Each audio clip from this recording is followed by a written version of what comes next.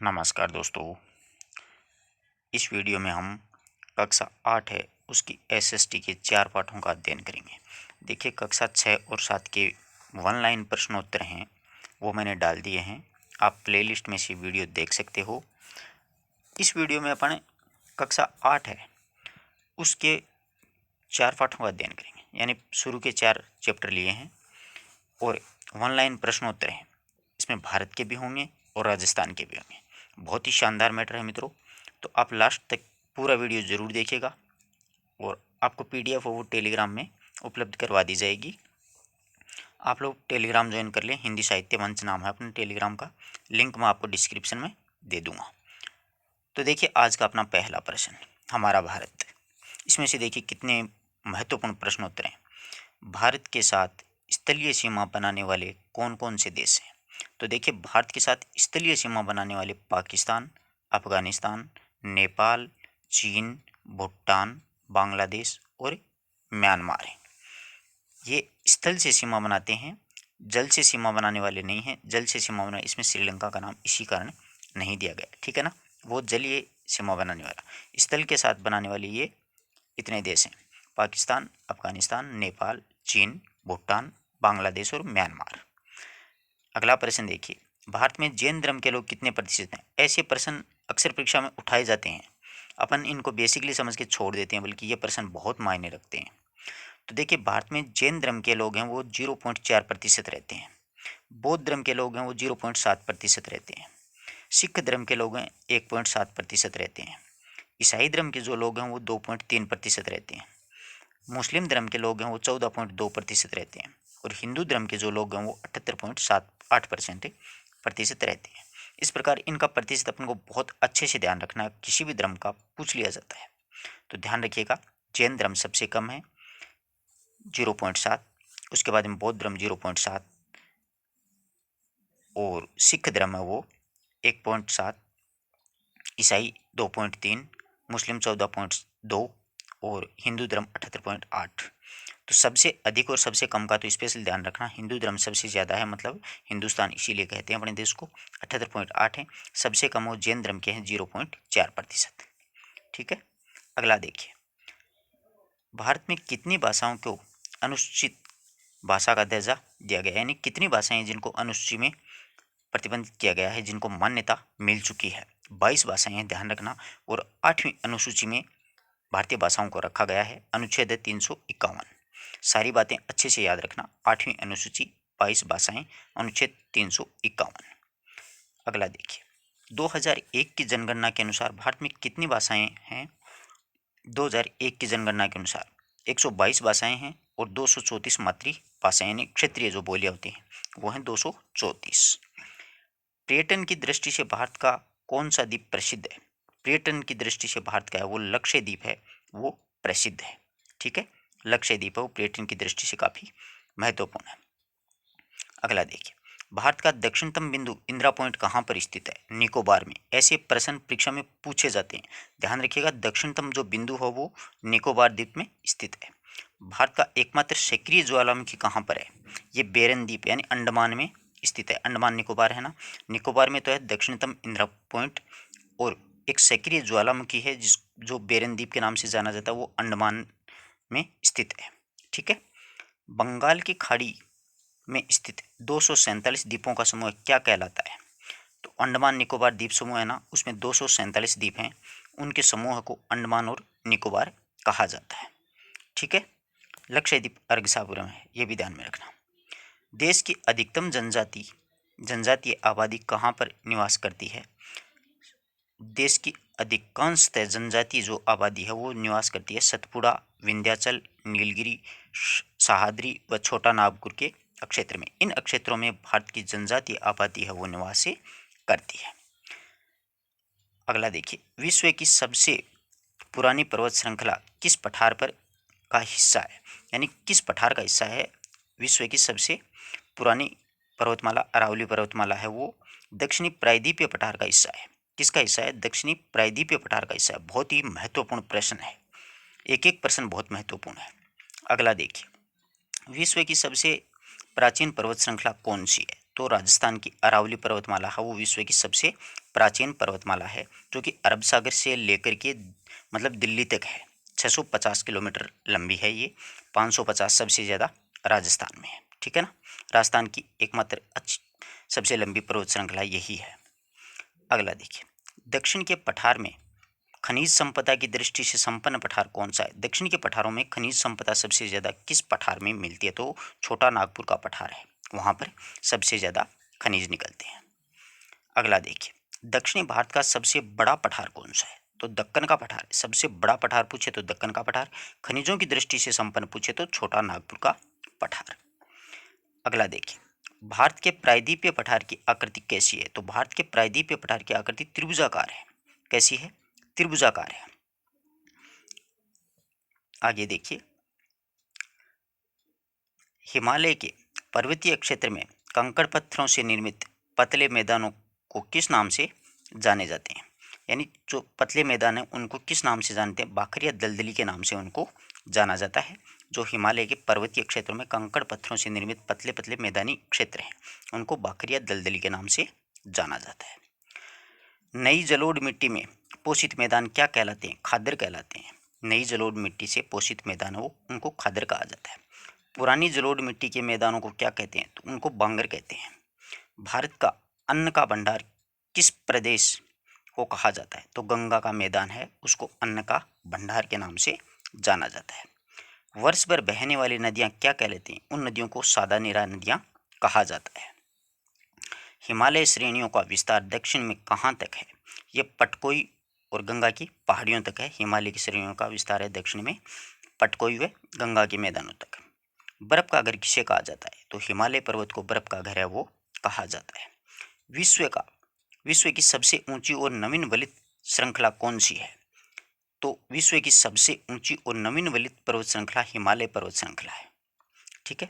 भारत के उत्तर पूर्व में स्थित हिमालय पर्वत श्रृंखला की लंबाई कितनी है? तो 2500 किलोमीटर लंबा है भारत में हिमालय पर्वत। अब देखिए, 29 प्रमुख भौतिक प्रदेश कौन कौन से हैं? अब 29 प्रमुख भौतिक प्रदेशों में देखिए, हिमालय पर्वत उत्तर में कश्मीर से पूर्व में अरुणाचल प्रदेश तक स्थित है। हिमालय पर्वत है उत्तर में कश्मीर से लेकर के पूर्व में अरुणाचल प्रदेश तक। उत्तर का विशाल मैदान सिंधु नदी से ब्रह्मपुत्र नदी के बीच का भाग है। मरुस्थल पश्चिमी राजस्थान, प्रायद्वीपीय पठार, तटीय मैदान, द्वीप समूह है। भारत को कितने भौगोलिक भागों में बांटा गया है? तो ध्यान रखिएगा, भारत को 6 भौगोलिक भागों में बांटा गया है। ठीक है। कितने भागों में? 6 भौगोलिक भागों में बांटा गया है।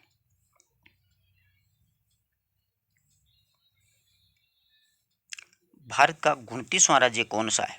भारत का 29वां राज्य तेलंगाना बना था 2 जून 2014 को आंध्र प्रदेश से विभाजित करके। ठीक है। 29वां राज्य तेलंगाना बना था। क्षेत्रफल की दृष्टि से भारत का सबसे छोटा राज्य कौन सा है? तो गोवा सबसे छोटा राज्य है, राजधानी पणजी है। क्षेत्रफल की दृष्टि से भारत का सबसे बड़ा राज्य राजस्थान है, राजधानी जयपुर है। भारत का अरुणाचल प्रदेश से गुजरात तक विस्तार कितना है? कितने किलोमीटर मतलब चौड़ा है? तो 2933 है। भारत का जम्मू कश्मीर से कन्याकुमारी तक विस्तार कितना है? तो 3214 किलोमीटर लंबा है और 2933 किलोमीटर चौड़ा है। ये कई बार पूछे जाते हैं ये प्रश्न, अच्छे से ध्यान रखना इनको। देश का क्षेत्रफल कितना है?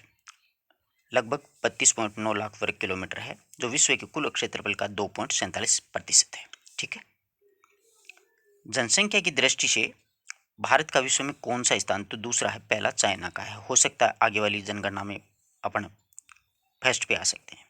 क्षेत्रफल की दृष्टि से भारत का विश्व में कौन सा स्थान है? 7वां स्थान है, ध्यान रखना। किस स्थान से भारत का मानक समय निर्धारित किया गया? तो 82.5 पूर्वी देशांतर रेखा। ठीक है, जो कि मिर्जापुर में स्थित है।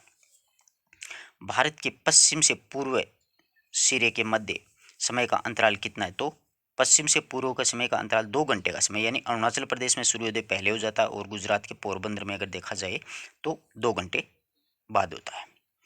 भारत का देशांतरीय अंतर लगभग कितना है? तो 29 डिग्री देशांतरीय अंतर है। भारत का देशांतरीय विस्तार है 68 डिग्री 7 मिनट पूर्वी देशांतर से लेकर के 97 डिग्री 25 मिनट पूर्वी देशांतर पर स्थित है। भारत का अक्षांशीय विस्तार कितना है? भारत का अक्षांशीय विस्तार 8 डिग्री 4 मिनट उत्तरी अक्षांश से लेकर के 37 डिग्री 6 मिनट उत्तरी अक्षांश पर स्थित है। पूर्वोत्तर दर्रों से किस रास्ते विदेशी मानव उत्तर पूर्व भारत में आया करते थे? तो ये म्यांमार के शाम पठार से एक दर्रे आते हैं, उनसे हैं वो, विदेशी लोग हैं, भारत में आया करते थे। विदेशी मानव किन दर्रों से भारतीय उपमहाद्वीप तक पहुंचते थे? तो खैबर और बोलन, ये दो दर्रे हैं, खैबर दर्रा और बोलन दर्रा। इन दर्रों के माध्यम से जो दूसरे देशों के लोग हैं वो भारतीय उपमहाद्वीप में आते थे। भारत को उपमहाद्वीप इसलिए कहा जाता है कि भारत 3 तरह से पानी से घिरा हुआ है। नीचे से अपन अगर देखते हैं ना, तो यहाँ चारों तरफ पानी पानी है, इसका उपमहाद्वीप की संज्ञा दी गई है। भारत की जलवायु कैसी है? तो भारत की जलवायु मानसूनी है। मन्नार की खाड़ी भारत के किस दिशा में है? तो मन्नार की खाड़ी दक्षिण में स्थित है, ठीक है ना, यहाँ पर दक्षिण में मन्नार की खाड़ी स्थित है। अरब सागर भारत के किस दिशा में स्थित है? ये पश्चिमी दिशा में स्थित है अरब सागर। बंगाल की खाड़ी भारत के पूर्व दिशा में स्थित है, ठीक है ना। आराकानायोमा, ये आराकान पर्वतमाला और रखाइन पर्वतमाला स्थित है कि पहाड़ियों के भारत में किस दिशा में? ये उत्तर पूर्व में स्थित है ये पहाड़ियाँ। आराकाना में आराकाना पर्वत और रखाइन पर्वतमाला की पहाड़ियाँ भारत के पूर्वी भाग में स्थित हैं। ये भारत का सामान्य परिचय अपन ने किया है। आप पूरे पाठ को अच्छे से पढ़िए, फिर इन प्रश्नों को सोल्व करेंगे तो आपको किसी प्रकार की कोई समस्या नहीं होगी, ठीक है। अब दूसरा पाठ शुरू करते हैं अपन। दूसरा पाठ में राजस्थान का सामान्य परिचय मिलेगा अपन को। किसका? राजस्थान का। तो देखिए, राज्य में हिमालय की ओर से आने वाली ठंडी हवाएं क्या कहलाती हैं? तो राजस्थान में जो हिमालय से आने वाली ठंडी हवाएं हैं उनको शीतलहर कहते हैं, अपने सर्दियों में चलती हैं। जब हिमालय पर बर्फबारी हो जाती है तो राजस्थान में ठंड है वो अपने आप बढ़ जाती है। राज्य का सर्वाधिक वर्षा वाला स्थान कौन सा है? तो ये माउंट आबू है। लगभग 150 सेंटीमीटर से अधिक वर्षा यहाँ पर होती है। और अगर जिले की बात करें तो झालावाड़ होगा। राज्य के किस जिले में सबसे कम वर्षा होती है? तो जैसलमेर होता है, इसमें सबसे कम होती है, करीबन 25 सेंटीमीटर तक वर्षा होती है। राजस्थान के किस जिले में सर्वाधिक वर्षा? तो देखो, झालावाड़ में 100 सेंटीमीटर वर्षा होता है। कई बार प्रश्न आता है कि राज्य का सर्वाधिक आर्द्र जिला कौन सा है? तो जिले की बात करेंगे झालावाड़ होगा, सर्वाधिक आर्द्र स्थान की बात करेंगे तो माउंट आबू होगा, ठीक है ना। आगे देखिए, राजस्थान में अधिक वर्षा किस मानसून शाखा से होती है? तो ये बंगाल की खाड़ी से होती है, ध्यान रखना। सबसे ज़्यादा वर्षा अगर राजस्थान में होती है तो वो बंगाल की खाड़ी से होती है। राज्य का सबसे ठंडा स्थान कौन सा है? ये भी माउंट आबू है। राजस्थान में ग्रीष्म ऋतु में चलने वाली गर्म और तेज जो हवाएं हैं वो किस नाम से जानी जाती हैं? लू के नाम से जानी जाती हैं। बहुत बार ये प्रश्न है वो पूछा जाता है, ठीक है। अब आगे देखिए, राजस्थान में कितने प्रकार की ऋतुएं होती है? तो 3 प्रकार की होती हैं, रबी, खरीफ और जायद, फसलों के अनुसार। राजस्थान में औसतन वार्षिक वर्षा का औसतन कितना प्रतिशत होता है? तो औसत वर्षा होती है वो 57.51% औसत वार्षिक वर्षा राजस्थान में होती है। राजस्थान में 5 प्रकार की कौन कौन सी जलवायु पाई जाती है? तो देखो, शुष्क जलवायु, अर्ध शुष्क, आर्द्र, आर्द्र, अति आर्द्र, ये 5 प्रकार की जलवायु राजस्थान में पाई जाती है। और ऋतुओं की अगर चर्चा करें तो 3 ऋतुएं मानी गई हैं। राजस्थान में कितने प्रकार की जलवायु परिस्थितियां पाई जाती है? तो 5 प्रकार की जलवायु परिस्थितियां पाई जाती हैं। राज्य के प्रमुख पठारों में कौन कौन से हैं?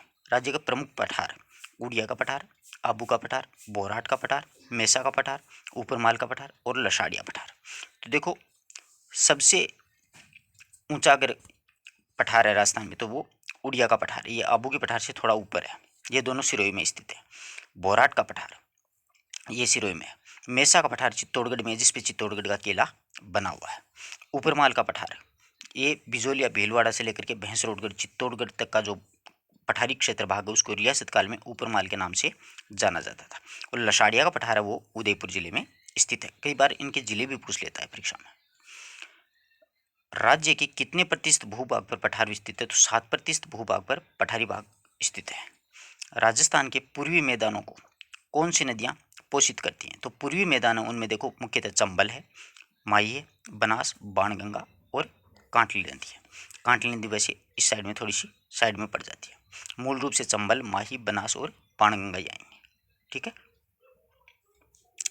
छप्पन का मैदान कहाँ पर स्थित है? बहुत बार पूछा जाता है प्रश्न। बांसवाड़ा और प्रतापगढ़ के मध्य में माही नदी और उसकी सहायक नदियों के आसपास का जो क्षेत्र है उसको छप्पन के मैदान के नाम से जाना जाता है। और एक आता है 56 की पहाड़ियाँ। तो 56 की पहाड़ियाँ हैं ना, वो हल्देश्वर पर्वत बाड़मेर में है, वहाँ पर 56 की पहाड़ियाँ हैं, ठीक है। और 56 का मैदान है बांसवाड़ा प्रतापगढ़ में है। राजस्थान के मैदानी उपजाऊ भूमि में राज्य की कुल कितनी प्रतिशत जनसंख्या निवास करती है? तो राज्य की 40% जनसंख्या वो निवास करती है पूर्वी मैदानी क्षेत्र में। बीहड़, डांग या उत्खनन भूमि क्षेत्र किसके द्वारा निर्मित है? ये चंबल नदी जहाँ पर बहती है ना, वहाँ पर बीहड़ भूमि के नाम से जाना जाता है, उसको डांग क्षेत्र भी कहते हैं और उत्खनन भूमि के नाम से भी जाना जाता है। राज्य की कुल क्षेत्रफल का कितना प्रतिशत भूभाग मैदानी है? तो ये 23% भूभाग है वो मैदानी क्षेत्र है। अरावली की सबसे ऊंची चोटी गुरु शिखर है, वो 1722 मीटर है। कई पुस्तकों में आपको 1727 मीटर भी मिल सकती है। वो 5 मीटर है, वो मंदिर की है ऊंचाई, उसको गिनते हैं साथ में, ठीक है। राजस्थान की जीवन रेखा किसे कहा जाता है? तो राजस्थान की जीवन रेखा अरावली पर्वतमाला को कहा जाता है, क्योंकि ये वर्षा ऋतु में वर्षा को 2 भागों में विभाजित कर देती है। मरुस्थल में पाई जाने वाली प्रमुख घास कौन सी है? तो सेवण, दामन और करड़। ये सेवण घास है, कई बार प्रश्न इनका पूछा जाता है, ठीक है। सेवण, दामन और करड़ ये घास है मरुस्थलीय क्षेत्रों में। ये भूगर्भिक जल पर पट्टी है एक, जैसलमेर में, वहाँ पर ये पाई जाती है। अरावली की राजस्थान में लंबाई कितनी है? तो 550 किलोमीटर, जो मैं आपको पीछे बता चुका हूँ। कुल 692 किलोमीटर टोटल है इसकी। गुजरात के खेड़ ब्रह्म यानी अरब सागर के पास से, अरब सागर को अरावली का पिता भी कहा जाता है, ये भी ध्यान में रखना। खेड़ ब्रह्म से दिल्ली तक अरावली की कुल लंबाई 692 किलोमीटर है। देखो, राज्य में अरावली का विस्तार कितना है? तो राज्य के कुल क्षेत्रफल का 9% भाग पर अरावली स्थित है। ये बहुत महत्वपूर्ण है, ऐसा प्रश्न अक्सर परीक्षा में पूछे जाते हैं, ध्यान रखिएगा। 9% भाग पर अरावली स्थित है। राजस्थान का राज्य वृक्ष कौन सा है? तो ये खेजड़ी है, 1983 में दिया गया था। राजस्थान का राज्य पुष्प कौन सा है? रोहिड़ा है। भारतीय मरुस्थल क्षेत्र में कौन सा मिला? तो मरुस्थलीय क्षेत्र में बीकानेर, जैसलमेर और बाड़मेर का जो क्षेत्र है वो भारतीय मरुस्थल के नाम से जाना जाता है। राज्य की कितने प्रतिशत जनसंख्या थार के मरुस्थल में निवास करती है? 40% जनसंख्या निवास करती है और वहाँ का क्षेत्रफल है वो 60% है, ठीक है। थार के मरुस्थल में कौन कौन से जिले शामिल हैं? तो थार के मरुस्थल में देखो, बाड़मेर, जोधपुर, जैसलमेर, बीकानेर, गंगानगर, हनुमानगढ़, जालौर, पाली, नागौर, चूरू, झुंझुनू और सीकर जिले को शामिल किया गया है, यानी करीबन 12 जिले हैं, ठीक है। थार के मरुस्थल का विस्तार कितना है? राज्य के 12 जिलों में है। राज्य के 12 जिलों में है। कुल भौगोलिक क्षेत्र के 61% में, जो आपको पीछे बता चुका हूँ, यहाँ पर 40% जनसंख्या वो निवास करती है और 12 जिलों में स्थित है।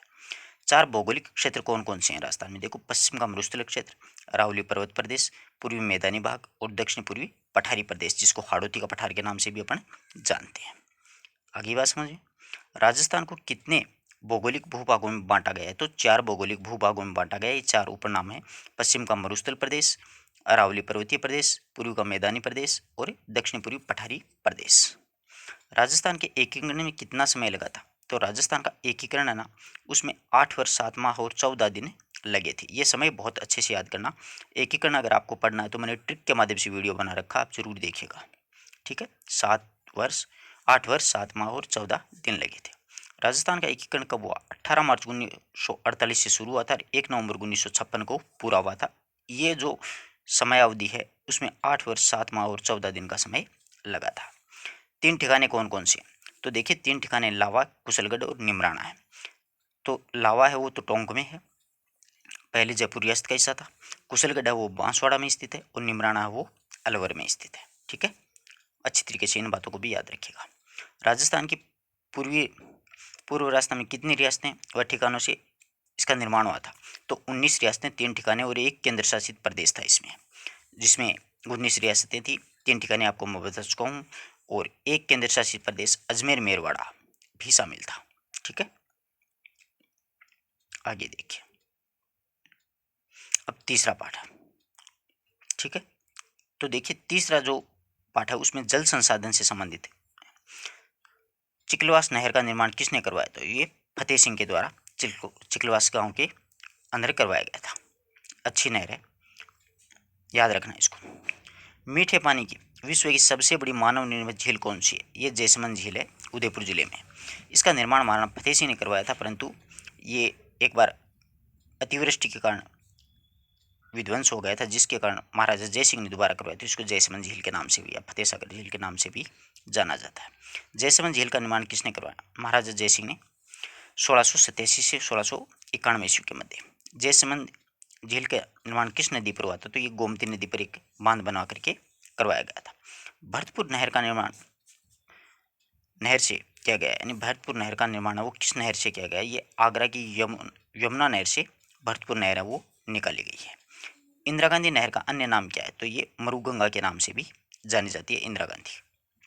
हरी के बैराज से हनुमानगढ़ के मसीतावली हेड तक इंदिरा गांधी नहर की कुल लंबाई कितनी है? तो ये 204 किलोमीटर लंबाई है हरी के बैराज से लेकर के हनुमानगढ़ के मसीतावली हेड तक। ठीक है, मुख्य नहर है यहाँ तक। हरी के बैराज का निर्माण कब शुरू हुआ? तो 1952 में हरी के बैराज का निर्माण है वो सतलज और रावी नदी के तट पर किया गया है। इंदिरा गांधी नहर परियोजना का सुझाव किसने दिया? तो कंवर सेन के द्वारा दिया गया था। गंगा नहर का निर्माण कब हुआ? गंगा नहर का निर्माण सतलज नदी पर फिरोजपुर के हेडवर्क नामक स्थान से हुआ था। 1927 में महाराजा गंगा सिंह ने करवाया था। ये राजस्थान की पहली नहर है गंगा नहर, और ये गंगानगर जिले में सिंचाई की सुविधा उपलब्ध करवा रही है। जाखम परियोजना कहाँ पर स्थित है? तो ये प्रतापगढ़ में है। जाखम नदी पर जाखम बांध बनवाया गया है। जवाई परियोजना जवाई पालिनी जिले में स्थित है, और जवाई जो बांध है इसको मारवाड़ का अमृत सरोवर के नाम से भी जाना जाता है। महाराजा उम्मेद सिंह के द्वारा करवाया गया था। मानसी वाकड़ा परियोजना कहाँ पर संचालित है? तो ये उदयपुर में स्थित है मानसी वाकड़ा सिंचाई परियोजना, और इस मानसी वाकड़ की नहर के माध्यम से ये जवाई बांध है उसमें पानी लाया जाता है। सोम कमलांबा परियोजना, ये परियोजनाएं बहुत अच्छे से याद रखिएगा, परीक्षा में पूछी जाती है। यह डूंगरपुर में स्थित है, और सोम कादर पूछ ले तो वो उदयपुर में स्थित है। सरदार सरोवर परियोजना से किस नदी का पेयजल है तथा सिंचाई हेतु उपयोग किया जा रहा है? तो ये नर्मदा नदी पर किया गया है, और सरदार सरोवर के माध्यम से एक नहर निकाली गई है राजस्थान में भी, जिसमें राजस्थान के जालौर और बाड़मेर जिले को सिंचाई और पेयजल की सुविधाएं उपलब्ध करवाई जा रही हैं। तो सरदार सरोवर है वो नर्मदा नदी पर है।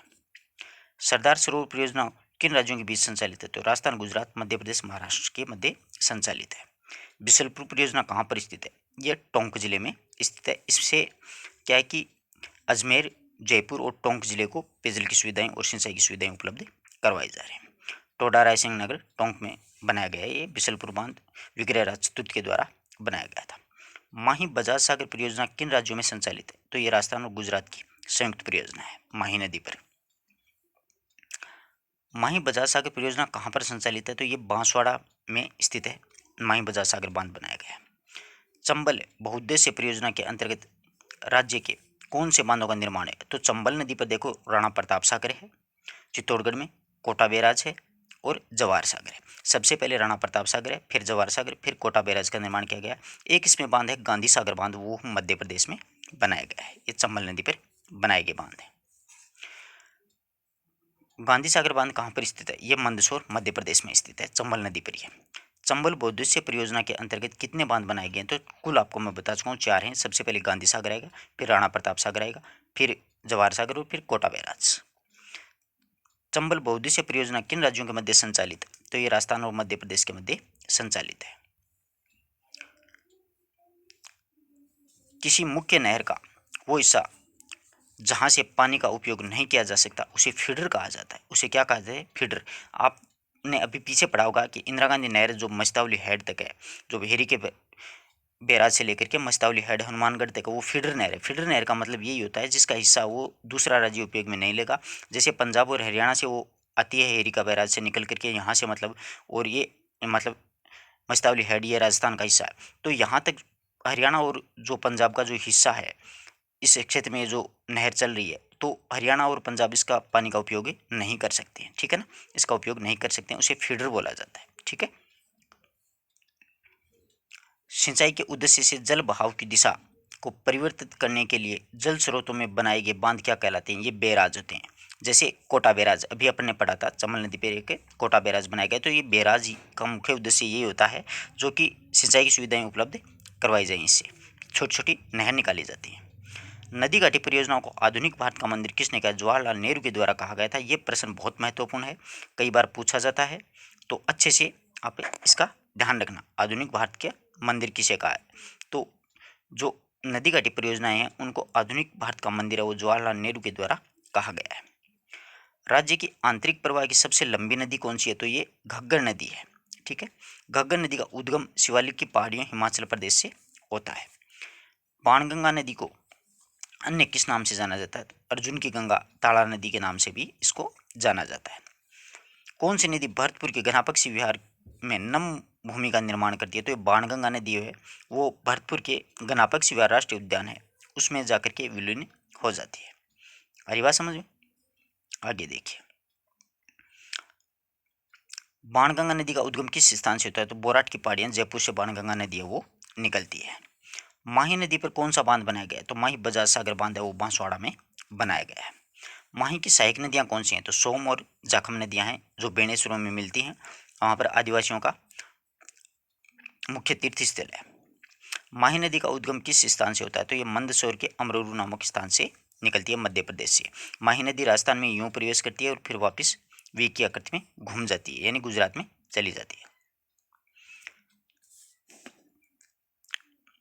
अब देखो, लूणी की सहायक नदियां कौन कौन सी हैं? तो लूणी की जोजड़ी, बांडी, जवाई, मिठड़ी, खारी, सुकड़ी, सागी और गुहिया, ये इनके मुख्य सहायक नदियां हैं लूणी नदी की। लूनी का जल किस स्थान पर जाकर के खारा हो जाता है? तो बालोतरा बाड़मेर तक तो मीठा है, बाद में लवणीय मिट्टी होने की वजह से वहाँ के बाद में ये इनका लूनी नदी का जल है वो खारा हो जाता है। और एक प्रश्न ये भी कई बार परीक्षा में पूछा जाता है कि कौन सा स्थल ऐसा है जो कि नदी के पेटे से नीचे है? तो एक तो बालोतरा बाड़मेर है, दूसरा हनुमानगढ़ है, घग्गर नदी वाला। लूनी नदी का उद्गम कहाँ होता है? तो अजमेर और गोविंदगढ़ के निकट सरस्वती और सागरमती के मिलन से ये लूनी नदी होती है, इसका उद्गम होता है वो होता है गोविंदगढ़ के निकट से। बनास की सहायक नदियाँ कौन कौन सी है? तो बनास नदी की सहायक नदियाँ कोठियारी, गंभीरी, खारी और मोरेल नदियाँ बनास की सहायक नदियाँ हैं। बनास की लंबाई कितनी है? तो 480 किलोमीटर है। पूर्णतः अगर राजस्थान में सबसे लंबी नदी बहने वाली है वो बनास नदी है, वैसे चंबल नदी है। बनास भेड़च और मैनाल का संगम कहाँ पर होता है? तो ये त्रिवेणी संगम बिगोद भीलवाड़ा में होता है, बनास भेड़च और मैनाल का। राज्य की अपवाह क्षेत्र की सबसे बड़ी नदी कौन सी है? तो ये बनास नदी है अपवाह क्षेत्र में। चंबल की सहायक नदियाँ बनास, बेड़च, कोठियारी, काली सिंध और पार्वती नदियाँ चंबल की सहायक नदियाँ। पूर्णतः राजस्थान में बहने वाली सबसे लंबी नदी मैंने आपको बता दिया, बनास नदी है जो कि 480 किलोमीटर बहती है। राजस्थान का औद्योगिक नगरी कोटा किस नदी के किनारे स्थित है? तो ये चंबल नदी के किनारे स्थित है। राजस्थान की सबसे लंबी व एकमात्र साधारण नदी कौन सी है? ये चंबल नदी है। और साधारण का मतलब लगातार वर्ष 12 वर्ष में बहती रहती है, वर्ष भर लगातार 12 महीने। कौन सी नदियां राज्य के आंतरिक अपवाह तंत्र का निर्माण करती हैं? तो ये आंतरिक अपवाह में बहने वाली नदियां घग्गर, बाणगंगा, कांटली, साबी, रूपारेल और मेडा, ये नदियां आंतरिक प्रवाह की नदियां कहलाती हैं। आंतरिक प्रवाह की सबसे लंबी नदी घग्गर नदी आपको बता चुका हूँ। अब देखो, ये नदियाँ कहाँ से निकलती हैं और कहाँ पर जाके गिरती हैं? बंगाल की खाड़ी में गिरने वाली नदियाँ, यहाँ से कई बार प्रश्न आता है। तो देखो, चंबल और उसकी सारी सहायक नदियाँ वो बंगाल की खाड़ी में जाएंगी, बनास, बेड़च, कोठियारी, खारी, गंभीरी, बाणगंगा। क्योंकि जो बंगाल की खाड़ी है वो पूर्वी भाग में स्थित है राजस्थान के, तो ये सारी नदियाँ जाकर के यमुना में मिलती हैं, तो यमुना जाके गंगा में मिलती है और गंगा बंगाल की खाड़ी में गिरती है। अब अरब सागर यानी गुजरात की साइड में जाने वाली कच्छ की खाड़ी या फिर रण में विलुप्त होने वाली, कच्छ के रण में विलुप्त होती हैं, जैसे लूनी नदी कच्छ के रण में विलुप्त हो जाती है। पश्चिमी बनास है। खंबात की खाड़ी में गिरने वाली माही, सोम, साबरमती और जाखम नदियाँ, ये नदियाँ हैं वो खंबात की खाड़ी में गिरती हैं। आंतरिक प्रवाह की जो क्षीर सागर या खाड़ी में नहीं गिरती हैं वो आंतरिक प्रवाह की घग्गर नदी, साबी, कांटली, काकन्ने, द्विस्वती, मंथा, रूपारेल, रूपनगढ़ और नाड़ा, ये प्रमुख नदियां आंतरिक प्रवाह की नदियां हैं। ठीक है, राज्य की कौन सी नदियां अरब सागरीय तंत्र का हिस्सा हैं? अरब सागरीय तंत्र यानी अरब सागर अभी पढ़ी थी अपने, माही, लूनी, साबरमती और पश्चिमी बनास। राज्य की कौन सी नदियां बंगाल की खाड़ी तंत्र नदी का हिस्सा हैं? तो बंगाल की खाड़ी में चंबल, काली सिंध, पार्वती, बनास और बेड़च, कोठियारी भी है। किस नदी को वैदिक संस्कृति का पोषक माना जाता है? तो सरस्वती नदी को माना जाता है। सरस्वती नदी अपना जल कहाँ गिराती है? तो ये गुजरात के भरूच नामक स्थान में अरब सागर में गिरती थी। ऐसी छोटी नदियाँ जो अपने जल को आगे किसी बड़ी नदी में मिलाती हैं, क्या कहलाती है? ये सहायक नदियाँ होती हैं। जैसे अपन चर्चा करें कि चंबल नदी है, उसकी सहायक नदियाँ कौन कौन सी हैं? तो चंबल की हैं बनास है, बेड़च है, पार्वती है, काली सिंध है, ये सारी चंबल नदी की सहायक नदियाँ हैं। आई बात समझ में?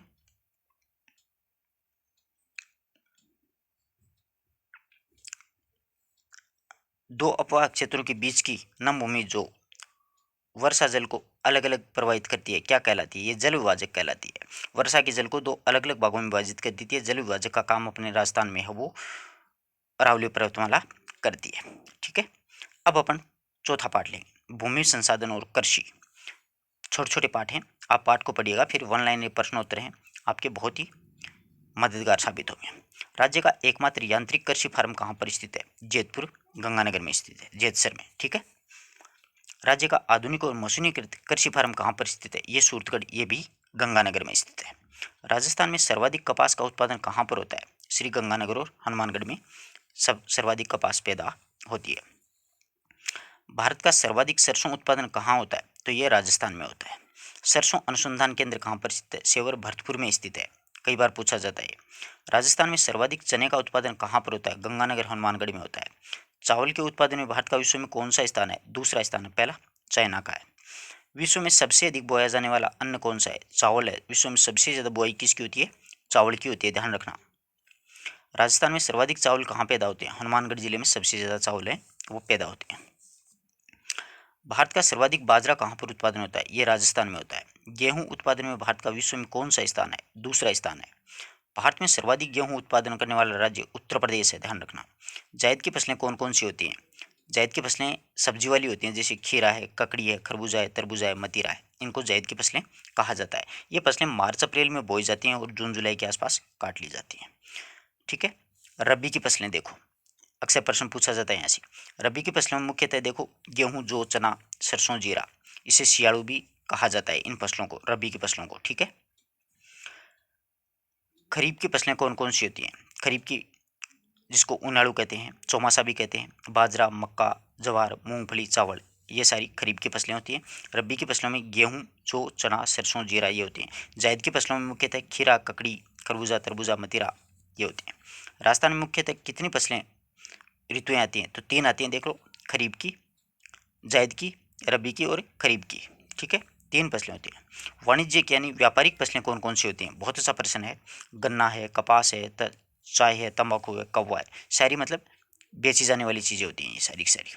इनको व्यापारिक फसलें या वाणिज्यिक फसलों के नाम से भी जाना जाता है। तिलहन फसलों में कौन कौन सी आती है? तो सरसों है, तिल है, मूंगफली है, सूरजमुखी है, ग्वारगम है आदि।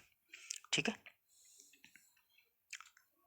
दलहनी फसलों में कौन कौन शामिल है? चना, उड़द, मूंग, अरहर, मोठ, ये सारी आती हैं दलहनी फसलों में, जिसकी दाल बनती है। वाणिज्यिक और व्यापारिक कृषि कितने प्रकार की होती है? तीन प्रकार की होती है। वाणिज्यिक फसल उत्पादन, मिश्रित कृषि और बागवानी फसलें। बागवानी फसलों में फूलों की वगैरह की खेती होती है वो। फसल और पशु उत्पादन में को बाजार में बेचना क्या कहलाता है? व्यापारिक कृषि कहलाता है। फसल और पशु उत्पादकों को बाजार में बेचना व्यापारिक कृषि कहा जाता है। किसान के द्वारा छोटे भूखंड पर एक ही समय में एक से अधिक फसलों का उगाना क्या कहलाता है? तो ये गहन निर्वहन कहलाता है। क्या कहलाता है? गहन निर्वहन कृषि के नाम से जाना जाता है। छोटा एक भूखंड कृषि क्षेत्र होता है, उसमें एक से अधिक फसलें उगाई जाती हैं। स्थानांतरित कृषि को उत्तर पूर्व भारत में अन्य किस नाम से जाना जाता है? इसको झूम के नाम से जाना जाता है, झूमिंग खेती जिसको कहते हैं, जिसको अपने राजस्थान में वालरा कृषि भी कहा जाता है। यानी पहाड़ी क्षेत्र होते हैं, ढालू क्षेत्र, उनको उन पे जो पेड़ पौधे लगे होते हैं उनको जला दिया जाता है और वहाँ पर कृषि की जाती है, उसको झूमिंग कृषि कहते हैं। और स्थानांतरित कृषि के नाम से भी जानता है। राजस्थान में स्थानांतरित कृषि को अन्य किस नाम से, अभी मैंने आपको पीछे बताया, वालरा कृषि के नाम से जानते हैं, जो आदिवासी लोग करते हैं। किसानों के द्वारा अपने परिवार के भरण पोषण हेतु की जाने वाली कृषि कहलाती है निर्वाहन कृषि कहलाती है। राजस्थान की अर्थव्यवस्था कैसी है? तो राजस्थान की अर्थव्यवस्था कृषि प्रधान है। राजस्थान की मिट्टी को कितने भागों में वर्गीकृत किया गया है? तो राजस्थान की मिट्टी को 8 भागों में वर्गीकृत है वो किया गया है। अब देखेंगे अपन कौन कौन सी है।